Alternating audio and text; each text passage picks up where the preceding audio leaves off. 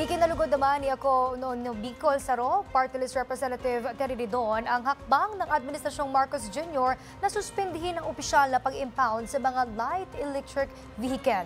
Si Kate Renya sa detalye.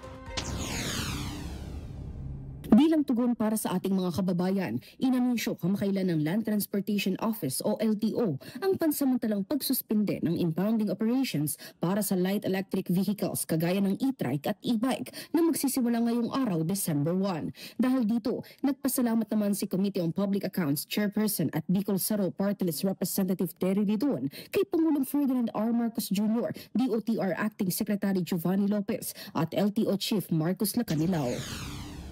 Nagpapasalamat po kami kay Pangulong Bongbong Marcos, kay DOTR Secretary Giovanni Lopez at kay LTO Chief Marcos Lacanilao sa kanila pong desisyon para suspindihin ang impounding ng lahat po ng mga light electric vehicles katulad ng e-bikes at e-trikes bukas, December 1, 2025. Ayon kay Representative Ridon, handa ang Kamara na makiisa sa transport agencies para gawing mas malinaw at simple ang proseso ng LEVs registration, gayon din ang pagkuha ng lisensya para dito.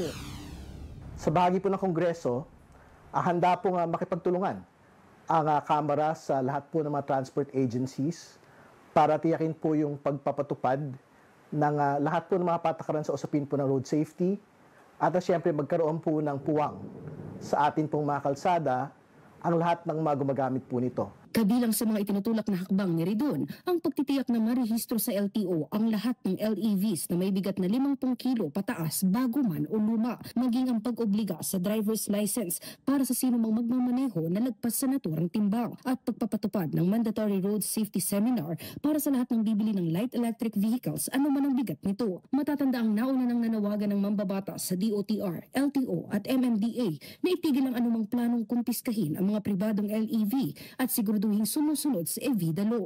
Anya, walang legal na batayan ng LTO para kumpiskahin ang mga e-bike at e-trike na ginagamit sa pribadong biyahe. Mahalaga anya ang pagkakaroon ng bukas na pag-uusap hinggil sa issue para makabuo ng mga patakarang patas at para sa lahat.